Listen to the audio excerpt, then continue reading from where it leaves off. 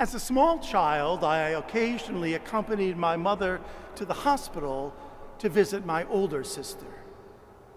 At the age of 5, Susan was one of the thousands who fell victim to the polio virus that scourged the nation. She lived in the hospital more or less for the next 9 years. Daily, my mother traveled by bus. Polio being contagious, she deposited me in the large leather armchair waiting room at the University of Rochester Hospital with strict instructions to be good. And I would be good, reading comic books for a while. Then restlessness possessed me, and I left the waiting room to explore. Now, on one journey, I discovered the Interfaith Chapel, which turned out to be an excellent place to play. Rows of pews to leap over, walk across, and crouch behind, sniping imaginary enemies. When people came into the chapel, I slid under the pews, hiding, as naughty boys do. I spied on the adults, and occasionally would overhear. Now, behind the altar was a large floor-to-ceiling mosaic, gold, with the words of Psalm 23 embossed. The Lord is my shepherd, I shall not want. He leads me to safe pastures and gives me rest. Yea, though I walk through the valley of darkness, I shall fear no evil. With your rod and staff, you comfort me. Only good things will follow me all the days of my life. People would often whisper this prayer aloud. These people were sad, tired, angry, often crying. I never saw adults cry. These adults did not look like they felt safe. They did not look rested or protected. Didn't sound as if many good things were following them. The Lord is my shepherd, I shall not want. These people looked like they wanted a lot. So why did they keep praying? What did it mean? One day, on the bus home, I asked my mother that question. She was quiet a long time, fighting back tears before she answered, they are praying God gives them the strength. Come back tomorrow. Years before I understood what she meant of finding the strength to come back tomorrow. You know, stress, it initially bonds us together. We rise to the occasion, join to fight a common enemy. People sacrifice even their lives for people they don't know. Stress prolonged pulls us apart. Deprivation leads to a rainbow of unhappy emotions.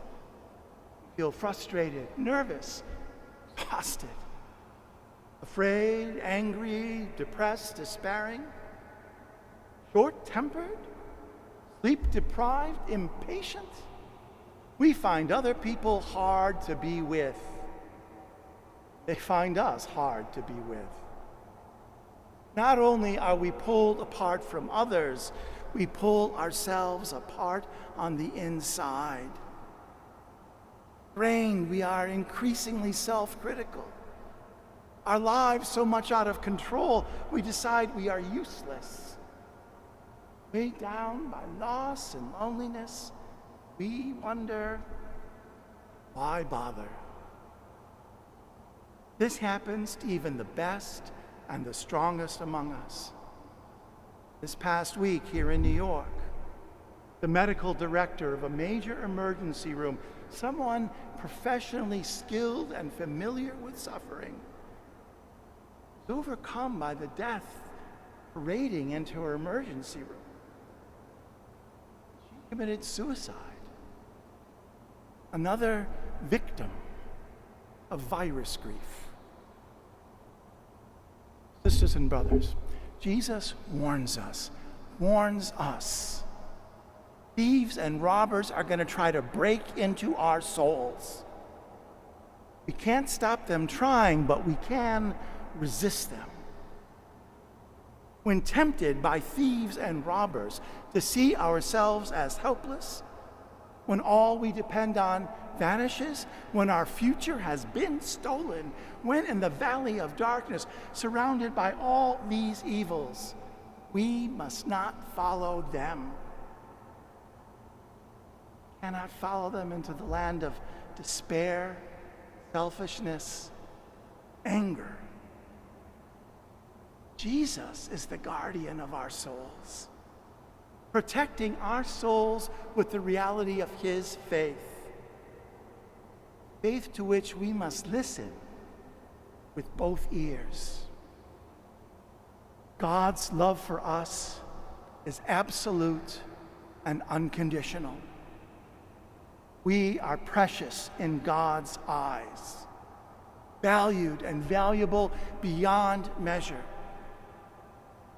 No matter how beaten and battered, no one can steal our ability to love and be loved.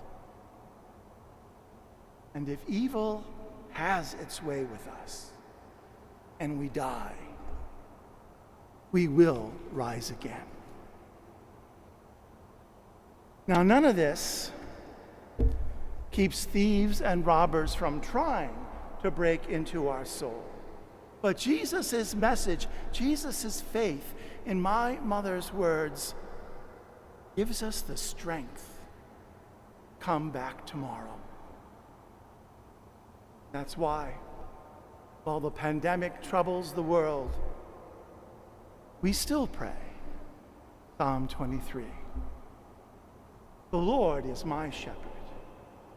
I shall not want. Me to lay down in green pastures, leads me beside still waters, restores my soul. And even though I walk in the valley of darkness, in the shadow of the valley of death, I fear no evil. You are with me. With your rod and staff, they comfort me. Surely, goodness and kindness will follow me all the days of my life. I shall dwell in the house of the Lord forever. Amen.